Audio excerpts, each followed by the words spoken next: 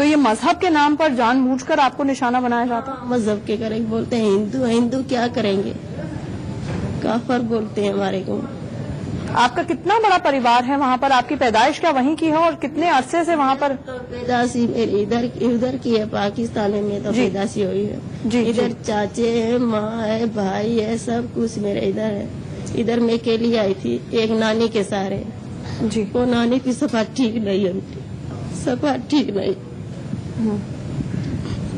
और आपके पति क्या करते हैं भारती? पति यही कि मैंने बोला ठेले का काम इधर करता था, कभी लेके आता था 150 ऐसे धंधे की रोटी ऐसे 1 किलो आटे का लेके आता था, वही काम करते थे। 1 किलो आटा के भी कभी पकता है तो कभी पकता भी नहीं है। ऐसी एक कारण कि आपको पाकिस्तान में किसी भी तरह, हम यहाँ पर लोगों की प्रतिक्रियाएं देख रहे हैं, उनका ये कहना है कि हम पाकिस्तान नहीं लौट कर जाना चाहते हैं, भले ही हमें भारत में जान तक देनी पड़े। ये जो आपके अंदर भावना है, ये आखिरकार इसके एक कारण, सबसे बड़ा कारण क्या आपकी सुरक्षा को लेकर है? जिस तरह का बर्ताव अरसे से चलता है आपसे, वो वजह है?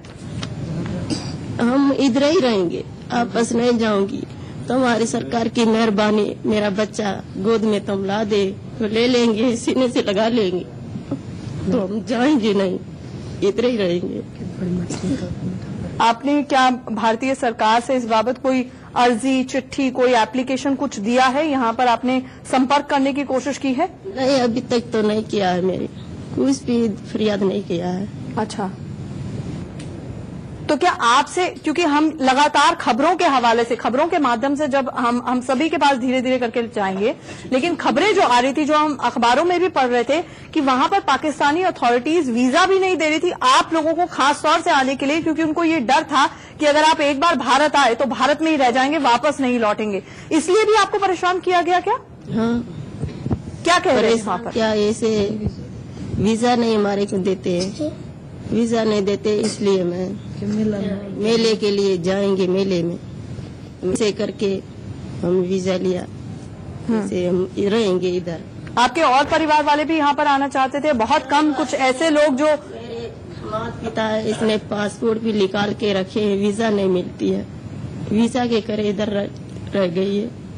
सब कुछ मेरा माई बहन भाई सब हिंदू आने चाहता है, बोलते हैं हमारी इज्जत नहीं है, बेटी की इज्जत नहीं है, मियाँ की इज्जत नहीं है, धंधे की इज्जत नहीं है, रोटी खाने की नहीं मिलती है, क्या करेंगे। आप किस इलाके से हैं भारती?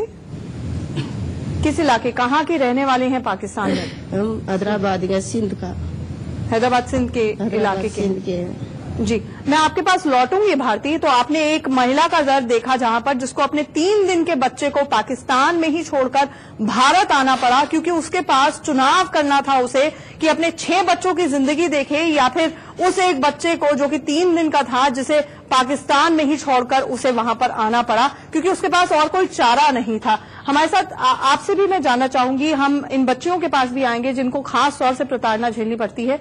मैं आपसे जानना चाहूंगी, अगर आप माइक पास कर सकें कृपया, आपसे ये जानना चाहूंगी कि अब यहाँ पर क्या कोई आया है आपकी सुध लेने के लिए? अब यहाँ पर आए हुए भी आपको काफी दिन बीत चुके हैं, क्या किसी ने आपसे संपर्क साधने की कोशिश की है यहाँ पे? हिंदुस्तान में तो सिर्फ हमारा माए बाप जो भी है, मेहर सिंह है, और तो कोई भी नहीं आया है। संस्था वाले आए हैं जो हमें कुछ राशन पानी दे जाते हैं, और जो सरकार की तरफ से तो अभी तक कोई नहीं आया है, कोई भी नहीं आया है। सरकार की तरफ से कोई नहीं है अभी तक। सरकार की तरफ से कोई नहीं आया है।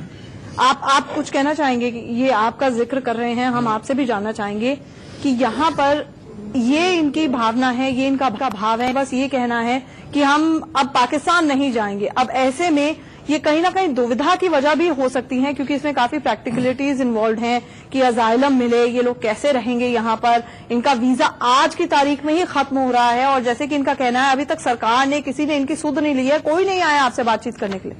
मैं तो यही कहना चाहता हूँ, इनका वीजा की तो बात छोड़ो, इनकी नागरिकता 1947 से इस देश में है। जब भारत का विभाजन हुआ था, जब केवल मुसलमानों ने पाकिस्तान देश मांग गया था। पाकिस्तान तो ये मुसलमान हैं, ये तो हिंदुस्तानी हैं। इस भारत सरकार को इनकी सुध लेनी चाहिए। जैसे डॉक्टर मनमोहन सिंह 1947 में पाकिस्तान से आया था, लाल कृष्ण आडवाणी आया था और इंदिरा गांधी गुजराल आया था। जब ये प्रधानमंत्री बन के बैठ गए यहाँ पर और गृह मंत्री रह चुके हैं, बन चुके हैं ये अपना लाल कृष्ण आडवाणी जी भी, उनकी नागरिकता इस देश में कैसे बनी हुई है? प्रधानमंत्री ये डॉक्टर मनमोहन सिंह कैसे बना हुआ? ये भी लाहौर से आया था।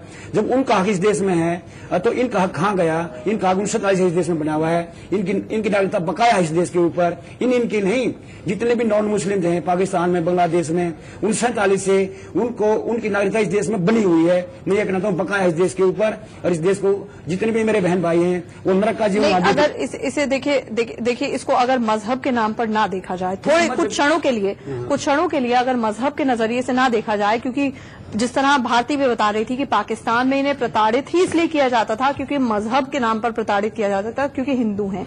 लेकिन हमारा देश एक तरह से सेक्युलर है, यहाँ पर हर मजहब सर्वधर्म संभव है जिसे कहा जाता है। ऐसे में अभी फिलहाल क्या स्थिति है? आप लोगों ने सरकार से बातचीत करने की कोशिश की? मैंने बातचीत पूरी कर चुका हूँ भारत सरकार से। मैं इनके नागरिकता के paper deputy counsellor Kapashera New Delhi लगा चुका हूँ। साउथ वेस्ट डिस्ट्रिक्ट पड़ता है हमारा। और कॉपी 2 में प्रेसिडेंट ऑफ इंडिया को भी कर चुका हूँ, नेशनल ह्यूमन राइट्स कमीशन को भी कर चुका हूँ और मिस्टर एक्सटर्नल अफेयर्स को मिनिस्टर को भी कर चुका हूँ। लेकिन अभी तक कोई जवाब नहीं आया। मैं United nation high commission for refugee को कर चुका हूँ और अपना लेफ्टिनेंट गवर्नर दिल्ली, लेकिन वहां से कोई भी अभी तक कम्युनिकेशन किसी प्रकार का उन्होंने हमको संदेश नहीं दिया है।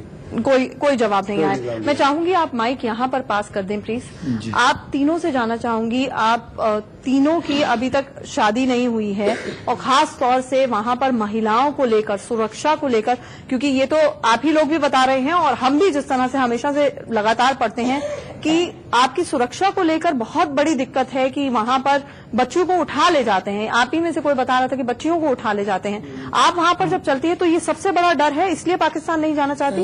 ये डर है। जब हम घर से बाहर निकलते हैं तो हम छेड़छाड़ी करते हैं। हमको बाहर नहीं हम डर के मारे बाहर नहीं निकलते थे कभी। जब हम बाहर निकलते थे तो हर कोई हमें बुलाता था, लेकिन हम डर के मारे मुंह नीचे करके हम चले जाते थे।